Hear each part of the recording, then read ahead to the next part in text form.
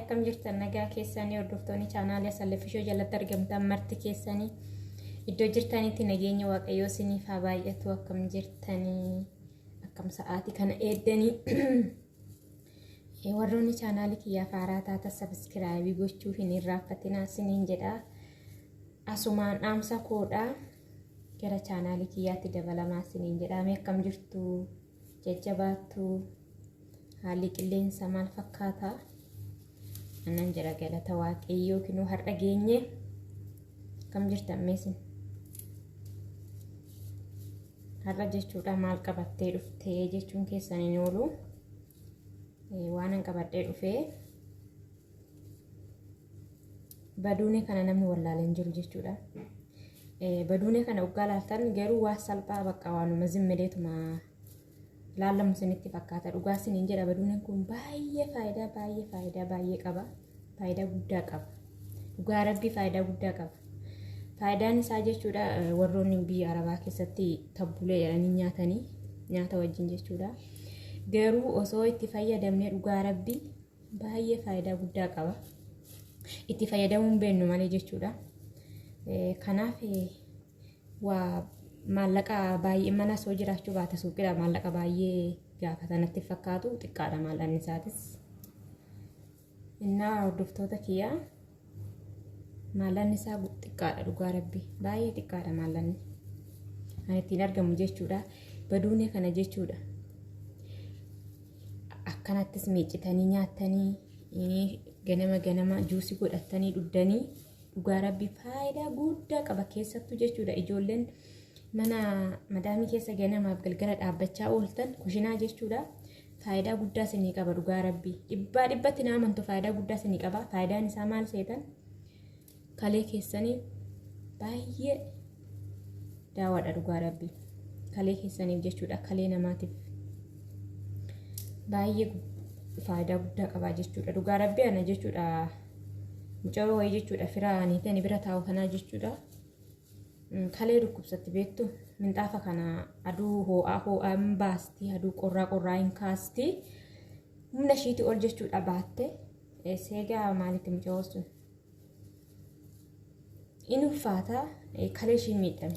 Akkii miidhattee tooni kaleen kee tokkichi hojiidhaan dhala ta'ee jedhaniini. Innaa intalli tun jechuudha. Baduune kana jechuudha ganama dheedhisaatti miicitee nyaatti misaa irratti qursii irratti iraata irratti baduune kana odoo duutee baddoo biraan nabdu jechuudha. Juusisaa Kiristoosii mucaa sun kaleen ishii sun dhugaa rabbii gaafa ji'a gaafa dhattee deebitu kaleen ishii hojiitti deebi'e. Nama amantan rabbi nama amansiisu anu namanne gaafa akkuma deeman ishii marmaraadhaan na dhaqi jettee fuutee deemtee marmarsiistu kaleen ishii lachuu natsaadha. Negatiifa ta'ee jechuudha. Kanaaf otoo kana nyaattanii juusisaa keessattuu juusiin isaa baay'ee faayidaa guddaa qaba. Kiyyaara walitti maktanii tooni jechuudha. Juusa maashina juusa daakuni daaktanii tooni xallaltanii tooni dhuddanii ganama burcuqqoo tokko yoo dhuddan sukkaara xiqqootti darbitanii warra sukkaara hin barbaannes akkasumatti yoo dhuddanii dhugaa faayidaa hedduu qabaa jechuudha. Ani jechuudha duraan waan faayidaa qabu natti fakkaanne anillee akkas baay'ee hin jaalladhu garuu erga mucaa saniitii aannan dhuguu qabee jechuudha ganama. Innaa ganama hoggaan isaaniin juusii godhu ani immoo ofii kootiif isa kanan godhadha jechuudha. Sukkaaratti godhee ganama burcuqqoo tokko dhugaa qaama keessaniifis ta'ee kalee keessaniifis ta'ee baay'ee barbaachisaadha jechuudha. Doktoroota asirratti barsiisan jira deemtanii ilaaluu dandeessanii baduuneen faayidaa akka qabu hin wallaaltu. Keessatti ijoolleen biyya hambaa jirru waan baduuneen akka faayidaa qabu wallaallu. Garuu baduuneen kun biyya kamittuyyuu hin argamu. Gazzaba xiqqoodhaan bitama. Madaamiin keessanii soo bituu baattu ofii keessanii gazzaba maallaqa keessanii bittanii fayyadamuu dandeessan. Dhugaa rabbii baa'istanii bitattanii toonii juusisaa hojjettanii firiija keessa galfachuu dandeessan. Baay'ee si fayyada jechuudha. Ganama waggaa lafaa kaatassan afaan otoo midhaan otoo qursii nyaatillaan gixximitti gootanii tooni daqiiqa 15 foo hojii gara hojii dhaqxanii deebitanii midhaan qursii keessa nyaattan abeet innaa isa kana jechuudha tasa yaada beektu jecha isaanii kan hojjetta jedhee fuudhee yaadadhee jechuudha faayidaa baduune nama nu tureeyyuu garuu faayidaa hedduu qaba jechuudha. Kanaaf hordoftoota keenya wal tuffachuu osoo hin taane mee faayidaa isaa laala dhugaa rabbii. Haadumaayyuu faayidaa qabaachuuyyuu baatu si fayyada. Juusin isaa odoo dhugdanii si fayyada. Juusin isaa baay'ee barbaachisaadha dhugaa isiniin jedha. Baay'ee das nama jedha. Ganama dhugdanii. Hojjetaniitu bifa isaa waggaa laaltan dhugaa baay'ee tokko namatti tola. Bifti isaa jechuudha magariisa ta'a. Baay'ee namatti tola jechuudha. Abukaadoo fakkaata. Faayidaa hedduu qaba jechuudha baduuneen kuni.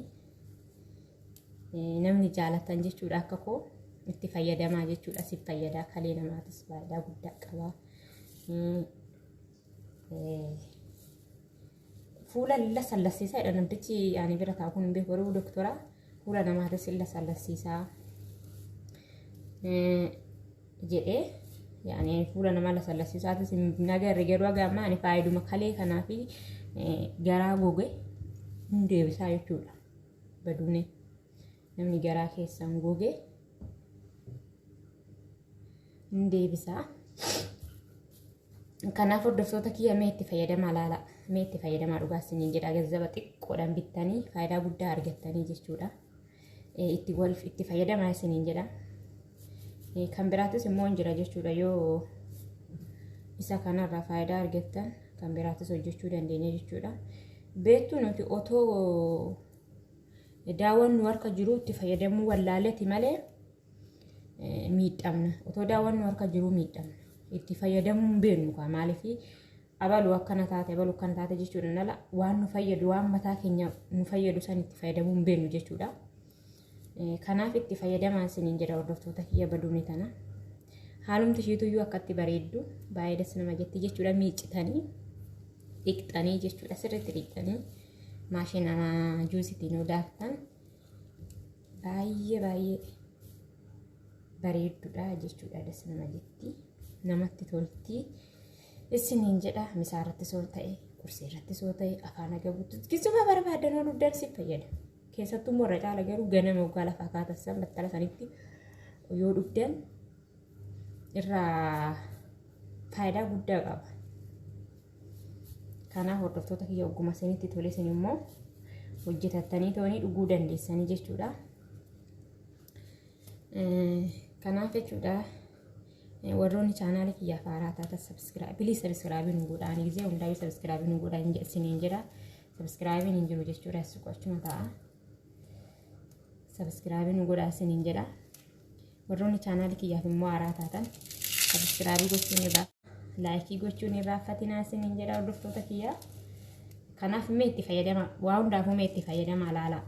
Ijoollee itti fayyadamaa dhugaa isiniin jedha. Waliin tuffannu toonii itti fayyadamaa si fayyada malee isin hin miidhu. Wallaahi si fayyada malee isin hin miidhu jechuudha. Innaa kanaaf warra chaanaala kiyyaaf haaraa taatan sabskraayibii gochuu hin irraanfatinaa isiniin jedha. Viidiyoon kiyyaarraa tanumaa jechuudha. Ishuma kanas isinitti waan fikooti itti fayyadame waan namarraa argee ija kootiin jechuudha waan ija kootiin argee jechuudha. Qaama kootiin argee ija kootiin argee jechuudha itti fayyadamaa. Baay'ee faayidaa guddaa qaba. Baduun akka faayidaa qabu homtuyyuu wallaaluu itti fayyadamaa isiniin jedha hordoftoota kiyya. Na viidiyoo biraatiin immoo gaditti deemti nagaan naa tura.